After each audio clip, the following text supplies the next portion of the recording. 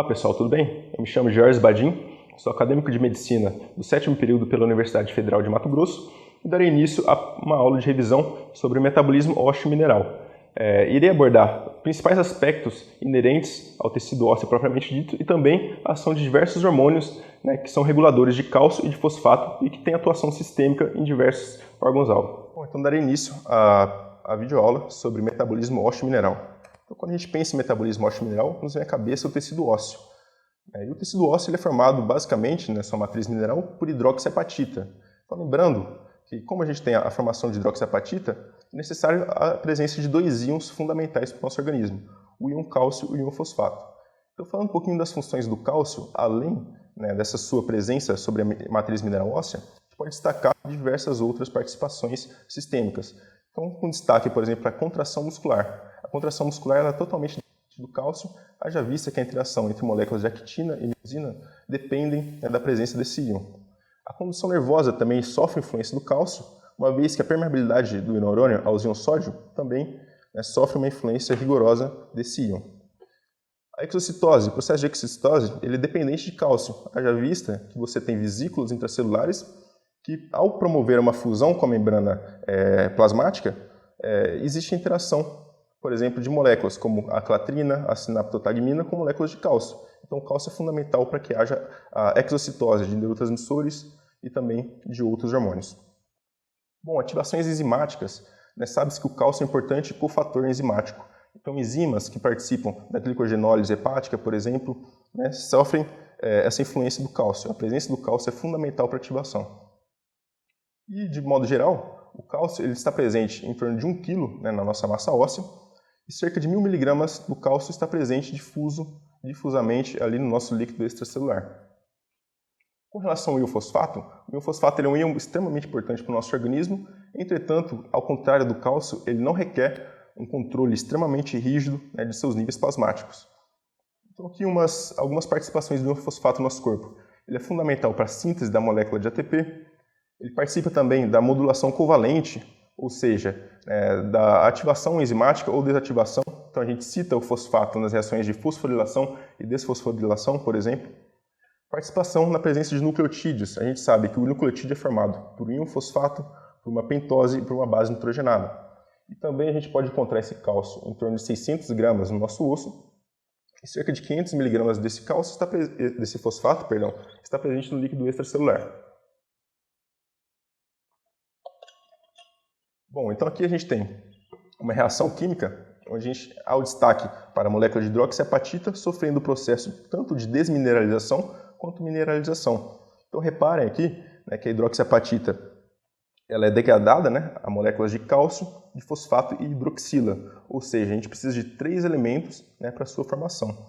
E esse equilíbrio ele vai sendo desenvolvido. Então quando o nosso nível sérico de cálcio reduz, a gente tem hormônios reguladores que vão propiciar a degradação da hidroxiapatita óssea para a formação, por exemplo, de moléculas de cálcio em maior abundância e moléculas de fosfato. Então, o osso, além de ter uma função protetiva sobre o nosso organismo, também tem uma função ali de depósito iônico. Nessa imagem, a gente tem uma representação bastante ilustrativa e microscópica do tecido ósseo. Então, reparem aqui que a gente tem 2 padrões principais de osso. Um padrão trabecular, também um padrão chamado de esponjoso, que apresenta uma certa imaturidade, e já aqui a gente tem a representação de um padrão compacto do osso, onde a gente tem unidades formadoras chamadas de ósteons, que são representadas por vários osteócitos em torno de um vaso sanguíneo.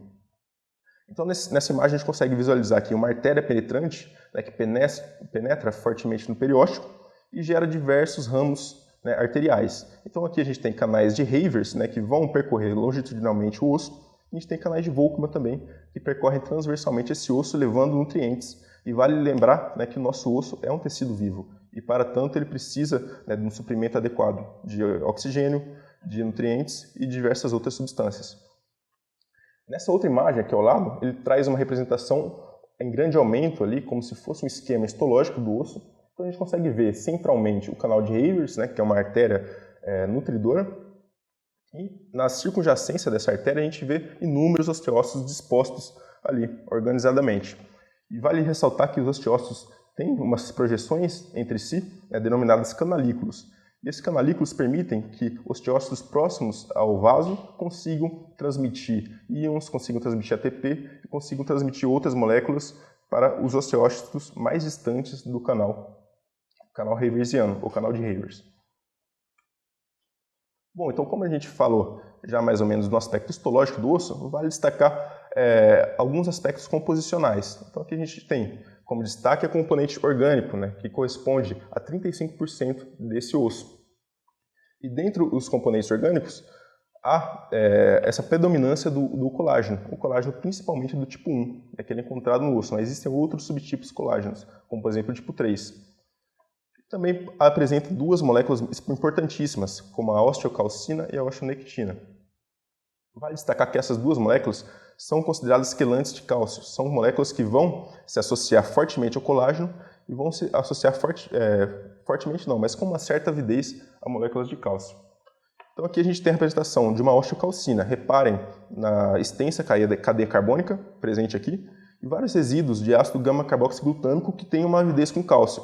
Então o que acontece? A cadeia carbônica se liga fortemente ao íon colágeno e devido à presença desses resíduos, né, de aminoácidos, a gente consegue fazer com que o cálcio se associe ao osso, né, de uma forma bastante específica. Então a gente pode analogamente comparar a osteocalcina com um cimento ali que faz uma união entre a parte orgânica e inorgânica do osso. E também temos a fosfatase alcalina, que é uma enzima presente em grande quantidade no tecido ósseo e na parte clínica a gente pode utilizá-la ainda como marcador de atividade metabólica óssea.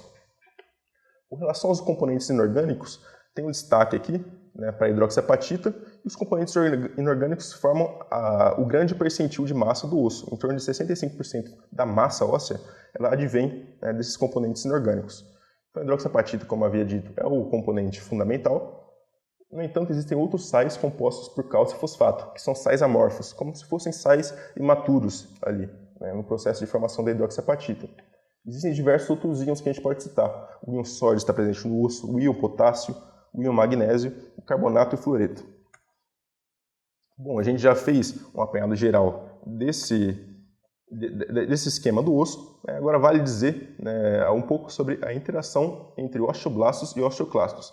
Essa interação é fundamental, né, porque ela resume muito bem como que ocorre o processo da dinâmica óssea. Então, quando a gente fala de dinâmica óssea, a gente tem que falar de células efetoras, que vão agir efetivamente ali no remodelamento do osso.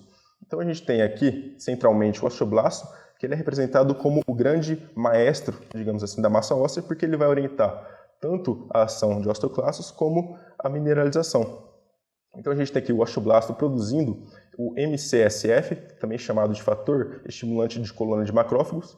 Esse fator ele ativa células de linhagem mononuclear. Então, aqui a gente tem monócitos macrófagos que são estimulados e se diferenciam em pré-osteoclastos. Os pré-osteoclastos, por sua vez, recebem novamente a ação do osteoblasto. Então, a gente tem aqui a produção do Rank ligante. Né? O Rank ligante se liga a receptores do tipo Rank e faz com que haja a fusão de inúmeras células precursoras de osteoclastos, formando uma grande célula multinucleada que a gente costuma denominar de osteoclasto. E o osteoclasto, né, como uma célula madura, né, e uma célula autônoma no osso, também recebe uma ação sinalizatória do osteoblasto. Então a gente tem aqui o Rank ligante atuando sobre o osteoclasto e induzindo a maior síntese ali, né, de transportadores de membrana para que haja o bombeamento de hidrogênio no espaço entre o osso e entre o osteoclasto, na borda e escova. Então aqui, já falando um pouco sobre a desmineralização óssea, né, o grande efetor da desmineralização vai ser, propriamente dito, o osteoclasto. Então aqui a gente tem um esquema, né, onde o osteoclasto percorre superficialmente o osso, ele se fixa fortemente à matriz óssea por moléculas de beta-integrina, né, que se associam à vitronectina do osso, que são algumas glicoproteínas. Com isso a gente tem ali uma adesão firme do osteoclasto à superfície óssea, e aqui forma-se uma bolsa, uma grande bolsa, como se fosse um lisossomo externo à célula. Então isso é muito importante. Então aqui a gente tem o bombeamento de hidrogênio. Então a desmineralização óssea, a conversão da hidroxiapatita nos seus íons, vai decorrer da ação do hidrogênio. Então a gente tem uma bomba de hidrogênio aqui, né? Ela é uma ATPase, então o ATP ele vai ser clivado na bomba e essa bomba vai gerando o bombeamento de hidrogênio. E vale destacar aqui, curiosamente, que o pH pode chegar a 4 nessa região. De onde que vem tanto hidrogênio assim, né, para gerar um pH de 4, por exemplo? A gente tem que lembrar da ação de algumas enzimas intracelulares. Então aqui está representado como Ca, mas na verdade é a anidrase carbônica. A anidrase carbônica ela vai pegar uma molécula de CO2, vai pegar uma molécula de água e vai fazer uma clivagem dessa molécula, que vai se dividir no íon hidrogênio, no íon hidroxila e no íon bicarbonato. Então, basicamente, é isso que o osteoclasto faz. Lembrando que, para a degradação da matriz orgânica, existe a síntese também de colagenases, de proteases, que são excretadas aqui, ou melhor, secretadas nessa região, por meio da fusão de membranas intracelulares com a membrana plasmática da borda em escova. Então, tudo bem. Agora você se pergunta como que o hidrogênio, né, ele tem uma atuação sobre a desmineralização óssea. O hidrogênio, como representado nessa equação aqui, ele vai se associar a moléculas de hidroxila. Então, quando a gente tem a associação do hidrogênio com a hidroxila, a gente forma água. Formando água, a gente desvia a reação de síntese de hidroxiapatita para a reação de degradação, né, da hidroxiapatita. Então, é esse chamado equilíbrio de Le Chatelier da química, que vai justificar, assim, a ação do hidrogênio como um degradador da matriz mineral óssea. Bom, agora entrando um pouco no controle hormonal, no controle endócrino dos níveis de cálcio e fosfato no sangue, a gente tem que falar do paratormônio. O paratormônio ele é tido como principal hormônio, né, regulador do cálcio, e vale destacar que o paratormônio ele vai ter uma função de aumentar a calcemia do indivíduo e reduzir a quantidade de fosfato, né, na nossa corrente sanguínea, a fosfatemia. Então aqui a gente vai representar, né, um corte histológico, né, de uma paratireoide. A paratireoide vai ser a glândula responsável pela produção do paratormônio. Então a gente consegue visualizar aqui umas células, né, as células principais paratireoidianas, que vão ser produtoras do paratormônio. Para quem não se recorda muito bem da anatomia, vale lembrar que as paratireoides são 4 glândulas, né, que estão encostadas posteriormente, né, nos lobos tireoidianos, bilateralmente, e que vão ser as produtoras do paratormônio, a principal ação delas. Tá, então como ocorre a secreção do paratormônio? O paratormônio é secretado continuamente. No entanto, existem freios para a sua secreção. O principal freio, no caso, vai ser o aumento de cálcio extracelular, o aumento de cálcio sérico.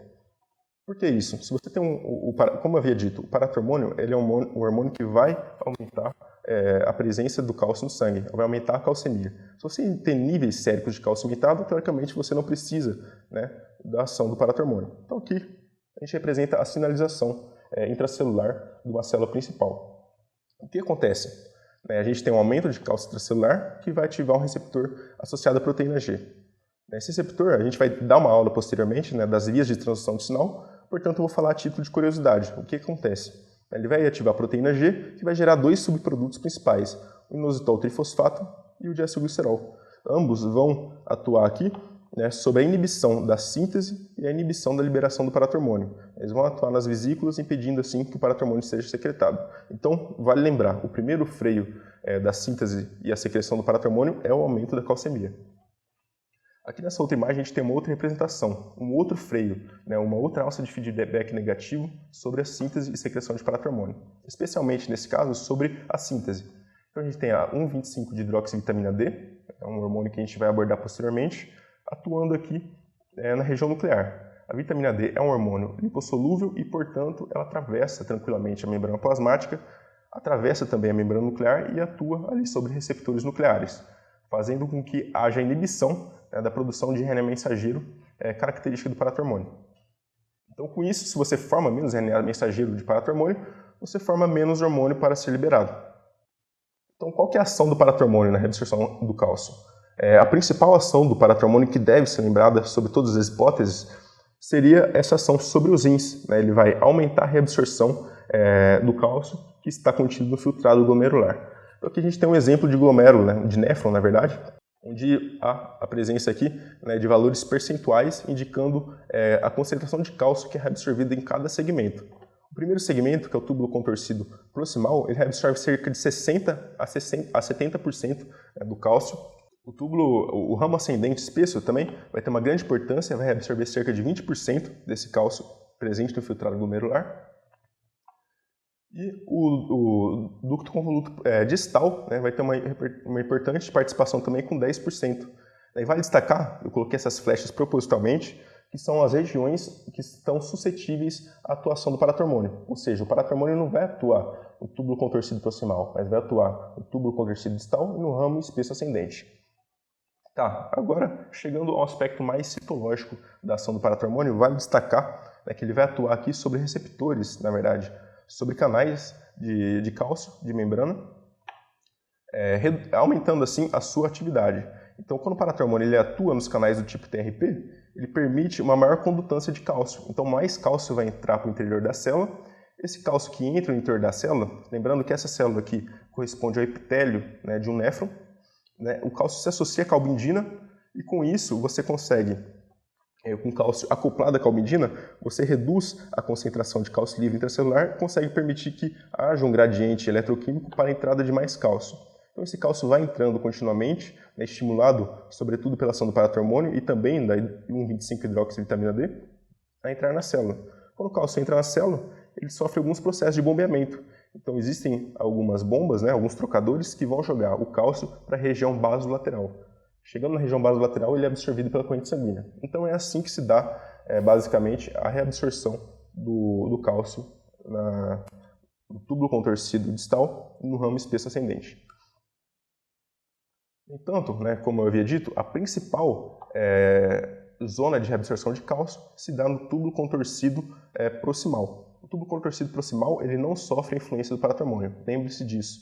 Né? Quem vai sofrer a influência do paratormônio, como eu havia dito, é o ramo espesso ascendente e o túbulo contorcido distal. Então aqui a gente tem uma representação de como o cálcio é absorvido em outras regiões do rim. Né? O cálcio agora, como ele não sofre a ação do paratormônio, ele passa por um processo chamado paracelular, ou seja, não é um processo transcelular que atravessa a célula, mas sim um processo que passa, né, nas junções intercelulares. Então o cálcio aqui, seguindo apenas um gradiente eletroquímico, ele consegue acessar, né, a corrente sanguínea a partir do lúmen do nosso néfron. Outra ação importante, né, do paratormônio é a fosfatúria. Então a fosfatúria vai ser a excreção aumentada de fosfato na urina. Então aqui a gente tem novamente um túbulo do néfron, né, um túbulo proximal, tem uma célula representada, uma região luminal, e a gente pode dar um destaque aqui para um receptor, na verdade um transportador, um cotransportador de fosfato inorgânico, que aqui está sendo representado como o ácido fosfórico e o sódio. Então tanto o sódio como o fosfato inorgânico entram junto com o receptor do tipo 2A. Então o que acontece? O paratormônio ele vai aumentar a internalização desse receptor, tá vendo? Agora ele deixa de se apresentar na membrana apical e passa a estar dentro de vesículas na célula. Então, à medida que ele se funde a lisossomos, ele é degradado. Então, o paratormônio vai estimular a degradação diretamente, né, desses receptores, desses cotransportadores de fosfato inorgânico de sódio, fazendo com que haja uma menor disponibilidade deles e, consequentemente, uma menor reabsorção de fosfato urinário. Então, vale dizer qual que é a importância, né, de você ter uma fosfatúria mediada por paratormônio. A eliminação de fosfato permite que haja no nosso organismo uma maior concentração de cálcio livre. Lembrando que o fosfato presente na nossa circulação vai se associar com cálcio e vai formar depósitos de sais, como por exemplo a hidroxiapatita. Então se você tem menos fosfato no nosso organismo, você gera mais espaço para ter o cálcio livre e consequentemente corrigir, por exemplo, um quadro de hipocalcemia. Aqui tem um fluxograma que representa muito bem todas as ações mediadas pelo paratormônio.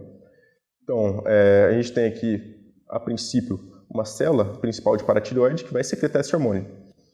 O hormônio paratormônio ele vai agir no tecido ósseo, né, aumentando a reabsorção de cálcio no osso, o que será abordado posteriormente nos próximos slides. Ele também vai atuar na sua forma principal, na reabsorção tubular do cálcio. Ele vai atuar também inibindo a reabsorção tubular de fosfato inorgânico e vai atuar também numa outra via que eu não comentei e vou falar melhor posteriormente, que seria a ativação da vitamina D, que vai ocorrer também no túbulo contorcido proximal. Então essas são as ações, né, de forma bem resumida e bem esquemática, do paratormônio.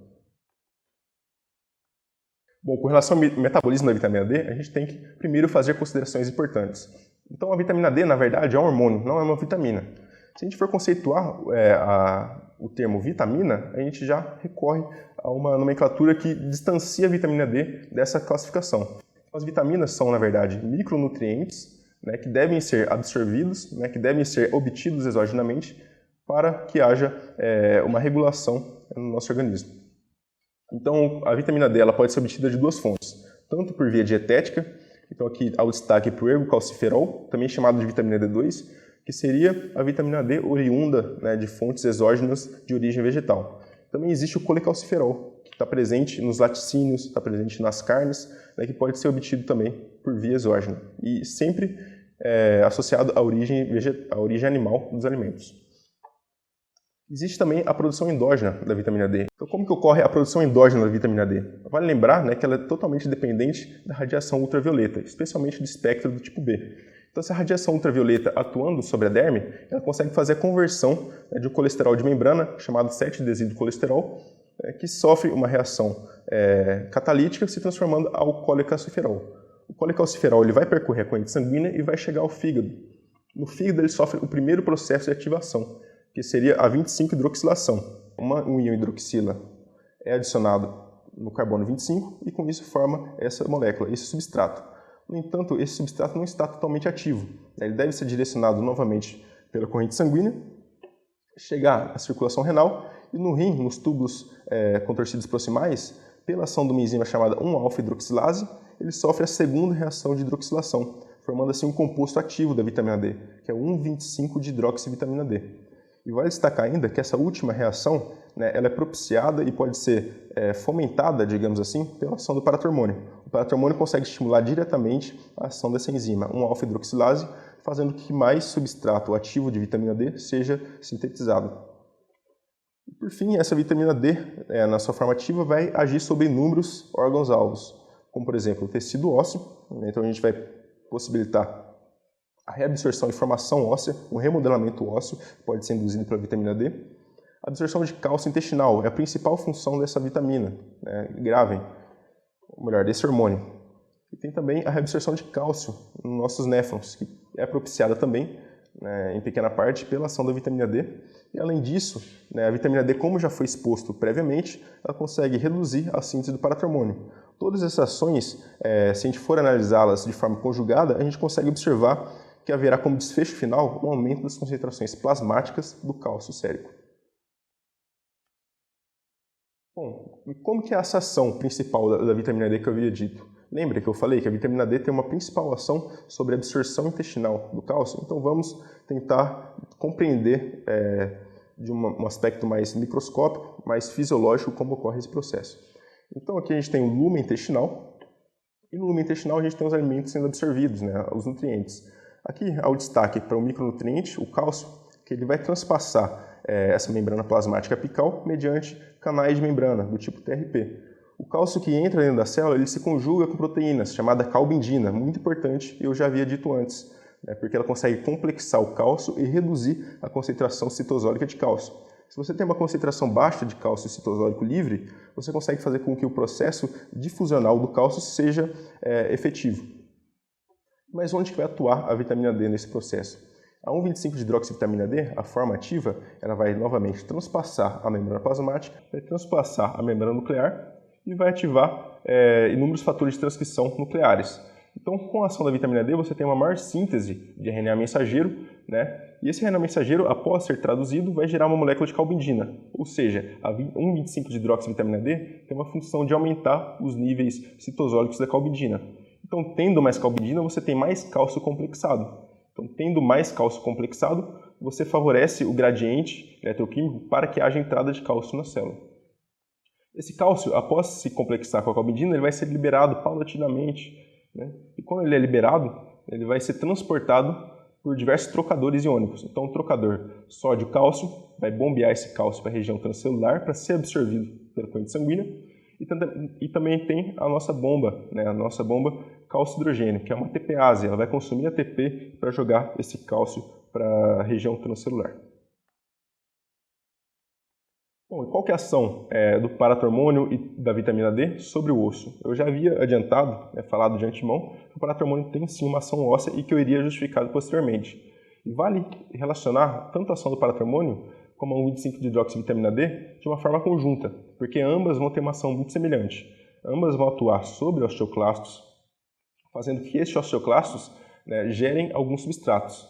Então, esse osteoclasto estimulado pela vitamina D e pelo paratormônio vai liberar interleucina 6, vai liberar rank ligante, né, que vai estimular diretamente os osteoclastos maduros a reabsorver o osso, mas também vai gerar o fator estimulante da colônia de macrófagos, favorecendo assim que células de origem mononuclear se diferenciem assim em osteoclastos, aumentando, né, o aporte de osteoclastos consumindo a matriz da superfície óssea. Bom, agora, falar um hormônio, né, ele é trazido nos livros de fisiologia como sendo um hormônio menos significativo no controle homeostático do cálcio. Ele é a calcitonina. A calcitonina ela tem uma síntese tiroidiana. Então, aqui nessa imagem, a gente tem uma representação esquemática, né, de um corte histológico em grande aumento, onde a gente consegue perceber os folículos tiroidianos, né, e nas adjacências dos folículos tiroidianos a gente encontra a célula C, também chamada de células parafoliculares, justamente devido à sua posição. Essas células C ou parafoliculares são extremamente importantes por sintetizarem essa calcitonina. Então a calcitonina ela vai ter uma ação mínima sobre a homeostase do cálcio. Então essa afirmação aqui ela pode ser trazida para nós de uma forma um pouco mais clínica. Então a gente pode usar como exemplo indivíduos tiroidectomizados, ou seja, indivíduos que fizerem uma remoção total das glândulas tireoides, poupando apenas essas paratireoides. Esses indivíduos, por não terem tireoide, consequentemente, não vão ter produção endógena, né, da calcitonina. Mesmo assim, esses indivíduos conseguem ter um controle homeostático adequado do cálcio sem nenhuma implicação sistêmica. Por outro lado, existem tumores que vão aumentar a produção de calcitonina em torno de 100 a 50 vezes, né, os valores de referência. Esses tumores, por exemplo, é o carcinoma medular de tireoide, que afeta a célula C. Indivíduos que têm esse tumor e expressam muita calcitonina não têm nenhuma manifestação sistêmica relativa às alterações do equilíbrio de cálcio no organismo. Então, são duas informações clínicas que podem nos ajudar na hora de pensar um pouco sobre a ação hormonal. Mecanismo de ação da calcitonina. Então, a calcitonina tem uma ação em dois órgãos-alvo, sendo o rim. No rim, ela vai promover a fosfatura mediante a ação do túbulo contorcido proximal. E, além disso, vai promover também uma leve natriurese e uma calciurese, que seria a eliminação de cálcio e de sódio na urina. E tem uma ação também no osso, uma ação um pouco mais estabelecida, porque ela consegue fazer inibição osteoclástica. Então, relembre que o osteoclasto ele não possui receptores para paratormônio, mas ele possui receptores para a calcitonina, por exemplo. Como que a calcitonina age? Ela age também de uma via de sinalização mediada por proteína G, que vai gerar vários substratos e, no fim, ela vai reduzir a reabsorção óssea desse osteoclasto, vai reduzir sua atividade desmineralizante, digamos assim. Por fim, já expostos os principais hormônios relativos ao metabolismo do osso, seja eles a vitamina D, a calcitonina e o paratormônio, a gente traz algumas outras informações de característica clínica de outros hormônios que são também reguladores do nosso metabolismo do osso. Então a gente pode citar e enfatizar também a ação dos hormônios sexuais, tanto estradiol, na forma de 17-beta-estradiol, quanto a testosterona. Ambos os hormônios eles vão ter uma atuação, haja vista que eles aumentam a atividade da 1-alfa-hidroxilase. Eu já falei dessa enzima, lembram? Aquela que atua nos túbulos contorcidos proximais, favorecendo assim a 1-hidroxilação da vitamina D, formando a 1,25-hidroxivitamina D. Então, esses hormônios sexuais vão aumentar a biodisponibilidade da vitamina D. Outra ação importante desses hormônios sexuais se reflete no aumento da síntese de osteoprotegerina, ou seja, aumentando a síntese da osteoprotegerina, você tem o osso protegido à ação do rank ligante, então reduz a ação osteoclástica. E por fim, eles geram uma diminuição efetiva na perda de massa óssea. Então aqui a gente tem um esqueminha que representa uma mulher em torno de 40 anos até uma mulher de 70 anos e seus padrões trabeculares ósseos. Repare que uma mulher de 40 anos, certamente com a sua reserva folicular normal, ela tem um padrão trabecular bastante normal, dentro da normalidade. Com o passar do tempo, na fase pós-menopáusica, por exemplo, essa mulher com 60 anos já tem um comprometimento específico da massa óssea. E por fim aqui, a mulher com 70 anos, já com a reserva ovariana totalmente insuficiente, sem produção nenhuma de estrogênio, ela vai ter um quadro de osteoporose invariavelmente, caso ela não faça reposição de vitamina D, caso não faça uso de medicamentos como bifosfonados e caso não faça nenhum outro tipo de recurso terapêutico. Existe também uma grande entidade clínica aí, que a gente chama de osteoporose farmacoduzida. né? Indivíduos que usam glicocorticoides têm uma tendência a sofrer com a osteoporose. Então, como que ocorre essa osteoporose? Ela ocorre porque os glicocorticoides vão atuar ali na relação entre osteoblasto e osteoclasto, aumentando a síntese de rank ligante e inibindo a ação de osteoprotegerina. Então, qual que é o desfecho disso? A gente já consegue imaginar, né? Tendo o rank ligante em excesso, a gente vai aumentar a diferenciação de células osteoclásticas e também vai gerar um aumento da atividade de osteoclastos maduros. E sem osteoprotegerina, a gente não consegue frear essa alça, né, de aumento de rank ligante. Então, basicamente, é isso, né, que eu gostaria de ter passado para vocês, e aqui se encontram as referências da aula. Bom, então com isso eu encerro a nossa aula de Fisiologia do Metabolismo Ósseo Mineral. Eu espero que tenha sido resolutivo para vocês e até a próxima.